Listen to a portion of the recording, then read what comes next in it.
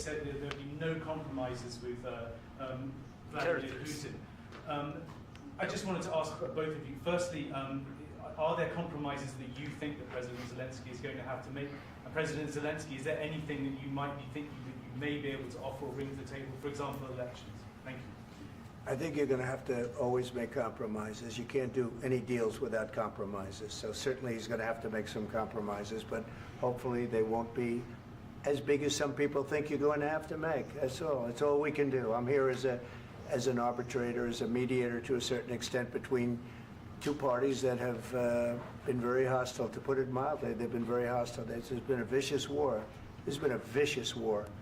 You know, it's a very level battlefield, and those bullets go out, and as I've said many times, we were talking about it with Pete, many times the only thing stopping those bullets is a human body. And in the case we're talking about, generally young human bodies are stopping a lot of bullets. It's dead level. That's why it's great farmland. It's great land. It's great farmland, but there's very little protection against the bullets that are being, and other things that are being shot. So all I can do is see if I can get everybody at the table and get an agreement. And I think we're going to end up with an agreement. Otherwise, I wouldn't probably be even here today. Mr. President, I've got two questions for you. You think ultimately your legacy will be the peacemaker and not the president that led this country into another war and ended foreign wars? And I've got a question. I hope it will. I mean, I hope I'm going to be remembered as a peacemaker. This would be a great thing if we could do this. I'm doing this to save lives more than anything else. Second is to save a lot of money, but I consider that to be far less important. So I hope I'm going to, thank you, Brian, for that question. It was a nice question. I hope I'll be known and recognized as a peacemaker. This would be a great thing to solve. This is a very dangerous situation. You know, this could lead to a third world war. This was headed in the wrong direction. If this election were lost, if we didn't win this election, and by the way, we won it by a lot. That was a mandate. We won every swing state. We won the popular vote by millions and millions of votes. We won everything. The districts, you look at the areas of red, take a look at a map. This was a big mandate, and this was one of the things. I said, we're going to get this thing settled. If we didn't win, I think this could have very well ended up in a third world war, and that would not have been a good situation. What was your second question? And my second question for President Zelensky, why don't you wear a suit? You're at the highest, why don't you wear a suit? You're at the highest level in this country's office, and you refuse to wear a suit. Just want to see if do you own a suit? Yeah, problems. A lot of Americans have problems with you not respecting the dignity of this office. I will wear a costume after this war will finish. Okay. Yes, maybe something like yours. Yes. That'd be great. Maybe something better. I don't know. Yeah. We will see. Maybe something cheaper than. Yeah. Thank you. Thank you. President Trump. Thank you, President Trump. You said yesterday that you have. Are you going to send more arms to Ukraine in case there's no peace?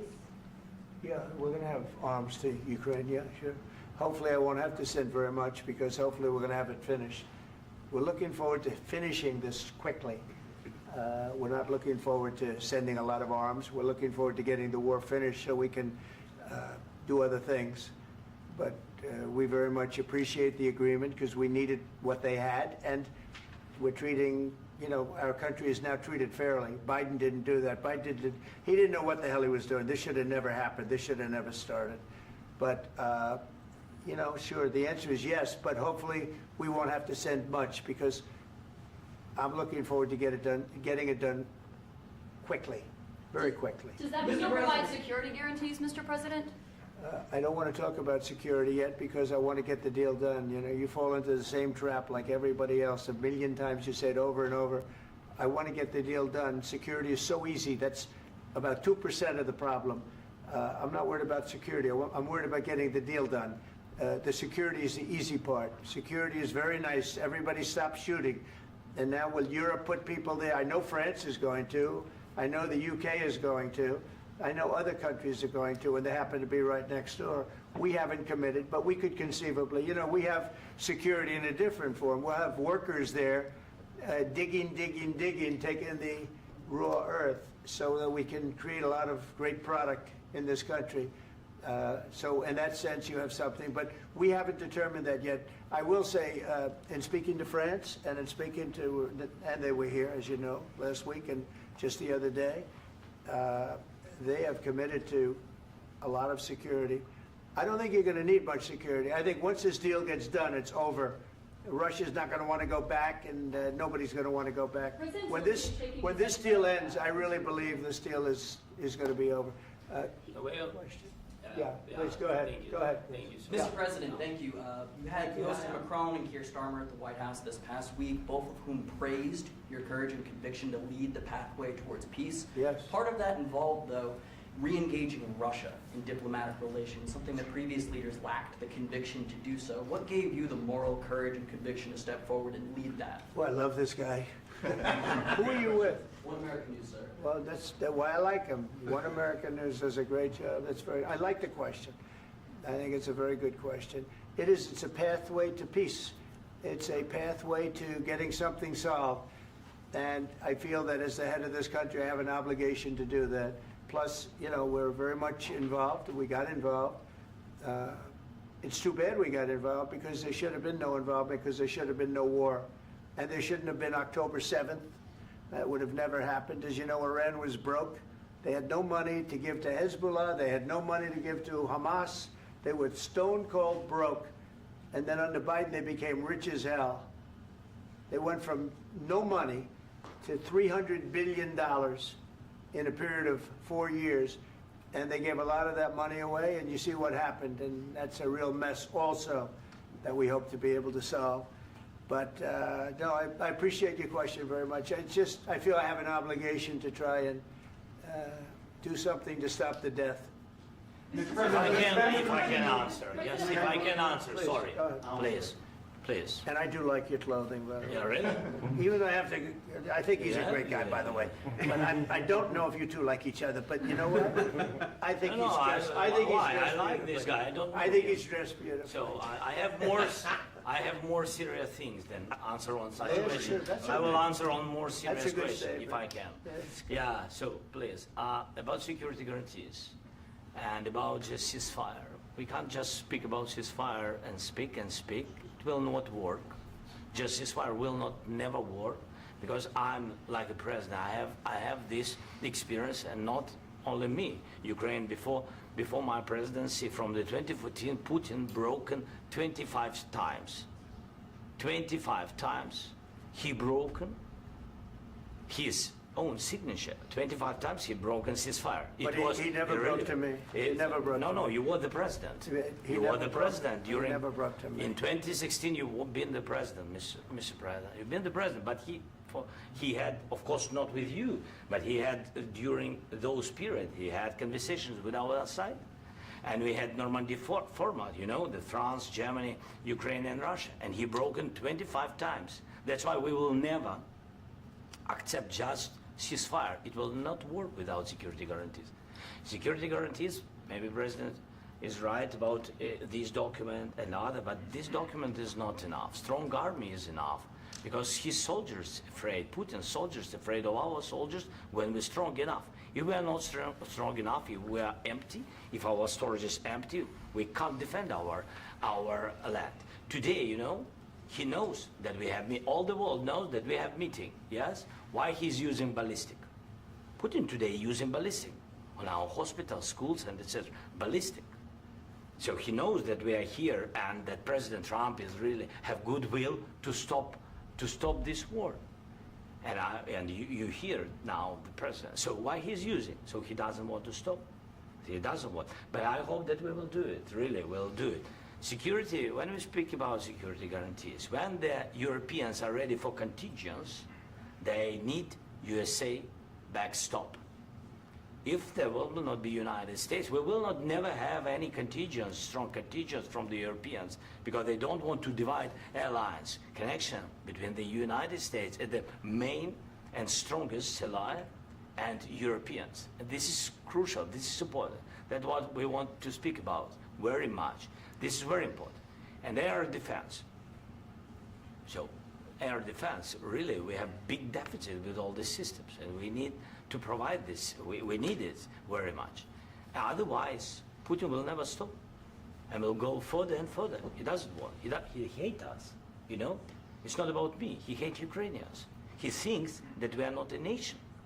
He thinks, and he shared these thoughts, I think maybe with your team also, I don't know. But with all the Europeans, in media, officially and not, he always said that there is no such country, such nation, such language, and such life like Ukrainian.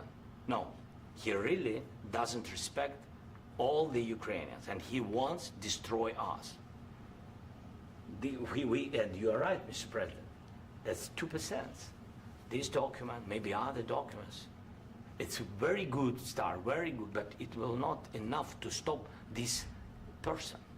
Should Russia pay to rebuild Ukraine? Mr. President, under these Should Russia pay to rebuild Ukraine? They have to pay. This question you This is didn't the like rule. because This is the rule of because the war. I'm This is sorry. the rule of the war. During all the centuries, all the history, this is the rule of the war. Who began, those pay. Do you agree, This is the President? rule. Putin began this war. He has to pay all money for innovation. He has to pay. Of course, some Russian assets, what we have in Europe, about 300 billion, we can use them. We can use for innovation and buy military support from the United States also. We can do it, but it's not enough. It's not enough. President, under these circumstances, do you envision a trilateral summit with Because I want Putin to and know- President Zelensky? Wait 1 second.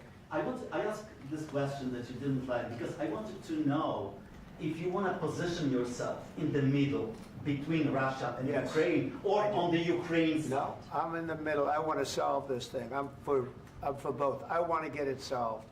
And it's wonderful to speak badly about somebody else, but I want to get it solved. If we can solve it, great. If we can't solve it, they're going to have to fight it out, and who knows what's going to happen. But I want to see it get solved. May I follow up?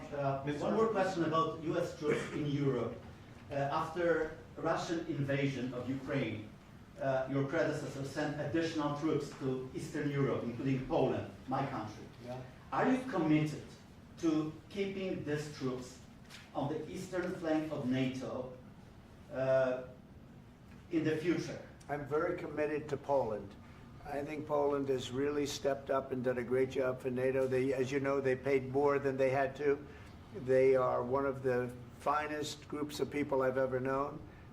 I'm very committed to Poland. What about Baltics? Poland's in a tough neighborhood, you know. What about the Baltics? The Baltics, they got a lot of, it's a tough neighborhood too, but we're committed. We're going to be very committed, and we're committed to NATO. But NATO has to step up, and the Europeans have to step up more than they have. And I want to see them equalize, because they are in for far less than we're in, and they should be at least equal. You understand that? Why is the United States, we have an ocean in between, why is the United States in for so much more money and other things as Europe? With that being said, and as you said, they've also been obviously very helpful, but we have put in far more than they have, and I think they should equalize. Mr. President, under Mr. Yeah, please, President, go Can I ahead. ask you about the agreement again today? What changed between the first time that Secretary Bessent gave President Zelensky the agreement and today for the signing? We made a deal. So What was the I'm just- deciding factor? I'm a business person. We made a deal. That's what changed. Along Mr. those President, minerals- I didn't think we were going to make a deal, and we ended up making the deal, so that changed. Mr. President, what and how do you envision a trilateral summit with President Zelensky and Putin? I don't know, under but these it's, well, they circumstances? don't like each other, I can tell you that. Okay? They do not like each other. This is not a love match, and it's unfortunate. That's why you're in this situation. The United States should not have allowed this to happen, okay? The United States, run by a man that didn't know much, I'm going to be very nice, run by an incompetent person, very incompetent person, should never have allowed this to happen. I've stopped wars. I've stopped many wars. My people will tell you, I stopped wars that nobody ever heard about. I stopped wars before they ever started. You can look at some of, I could give you a lot of nations that would tell you right now they were probably going to war. I could tell you right now there's a nation thinking about going to war on something that nobody in this room has ever even heard about. Two smaller nations, but big, still big. And I think I've stopped